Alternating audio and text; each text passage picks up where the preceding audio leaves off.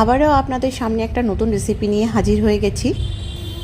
আজকের রেসিপি শাহি পনির। শাহি পনির খেতে কিন্তু খুব ভালো হয়। চলুন তাহলে দেখে নেওয়া যাক রেসিপিটা। আমি প্রিয়াঙ্কা, আপনারা দেখছেন প্রিয়াঙ্কার রান্নাঘর। প্রথমে কড়াইতে আমি সাদা তেল আর একটুখানি ঘি দিয়ে দেব। আপনারা এটা পুরো সাদা তেলে কিংবা পুরো ঘি দিয়েও করতে পারেন। দিয়ে দিলাম এলাচ, লবঙ্গ, দারচিনি, হাফ দিয়ে দিলাম বড় এলাচ, খানিকটা জিরে দিয়ে দিলাম, হাফ স্টার দিয়ে দিলাম। দিয়ে মশলাটাকে একটু হালকা হাতে নাড়াচাড়া করে নিতে হবে। নিয়ে এর মধ্যে পেঁয়াজ আর টমেটো দিয়ে দেব। আমি একটু বড় বড় করে কেটে দিয়েছি, কারণ এই মশলাটাকে আমি ভেজে তারপরে পেস্ট করব।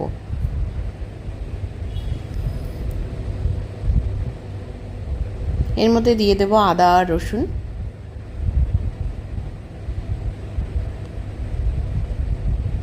দিয়ে আবার একটু নাড়াচাড়া করে নেব।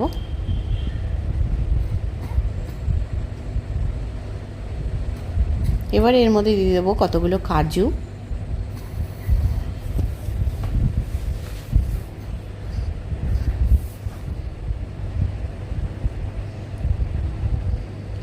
এর মধ্যে অল্প একটু নুন দিয়ে দেব, আর দিয়ে দেবো 4টে কাঁচা লঙ্কা। দিয়ে মশলাটাকে একটু ভাজা ভাজা করে নিতে হবে। যতক্ষণ ভাজা ভাজা হচ্ছে ততক্ষণে পনিরটা কেটে নেব।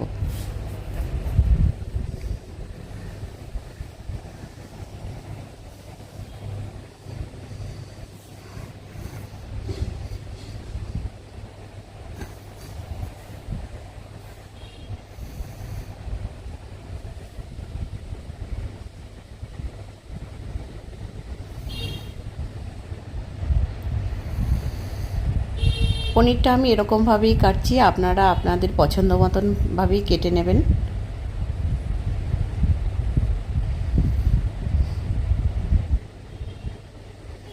পুরো পনিরটা কাটা হয়ে গেছে। এবার কড়াইতে মশলাটা ভাজা ভাজা হয়ে এসছে। মশলাটাকে তুলে ঠান্ডা করে একটা মিক্সিতে দিয়ে মশলাটাকে পেস্ট করে নিতে হবে। কড়াইতে আবারও সাদা তেল আর একটু ঘি দিয়ে দেব।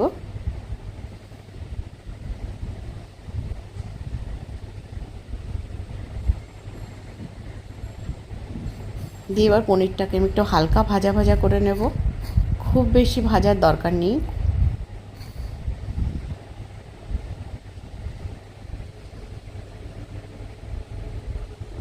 পনিরটা আমি এরকম অবস্থায় তুলে নেব, এর থেকে খুব বেশি ভাজবো না, এরকমই রাখবো।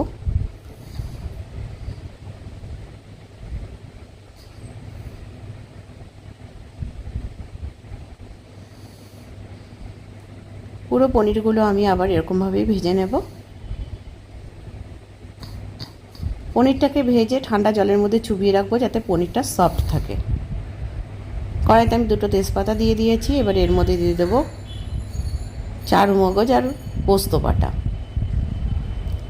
চারমগজ আর পোস্তটা কাঁচা ছিল, ওই জন্য আগেই দিয়ে দিলাম। দিয়ে তেলে একটু নেড়ে নিলাম। এবার দিয়ে দিলাম ওই ভাজা মশলাটা।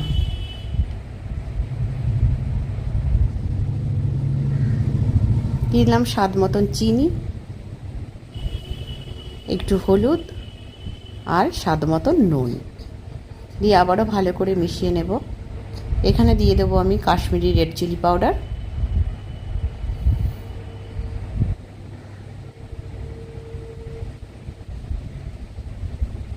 মশলাটাকে খুব ভালো করে কষাতে হবে।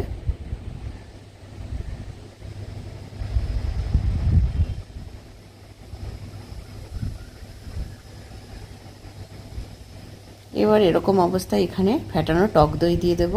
দিয়ে আবারও ভালো করে নাড়াচাড়া করে নেব। যখন টক দইটা দেবেন তখন গ্যাসের ফ্লেমটা লোতে রাখবেন, নাহলে ফেটে যাওয়ার সম্ভাবনা থাকবে। এবার দিয়ে দিচ্ছি দুধ।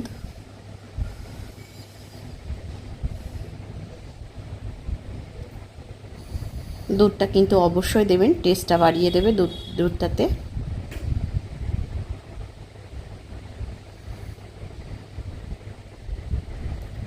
এবার এর মধ্যে দিয়ে দেবো কসুরি মেথি।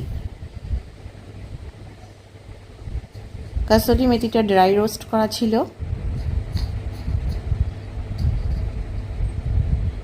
গ্রেভিটা কিন্তু রেডি হয়ে গেছে। এবার এর মধ্যে দিয়ে দেবো পনির। গ্রেভিটা পুরো রেডি করার পরেই পনিরটা দেবেন, কারণ পনিরটা দিলে কিন্তু বেশি ঘাটাঘাটি করলে পনির ভেঙে যাওয়ার সম্ভাবনা থাকবে। এবার দিয়ে দিচ্ছি এর মধ্যে গরম মশলার গুঁড়ো। রান্নাটা কিন্তু কমপ্লিট হয়ে গেছে। এরকমভাবে বাড়িতে একবার ট্রাই করে দেখুন, খেতে অসাধারণ লাগবে। এবার দিয়ে দেবো এর মধ্যে ধনেপাতা।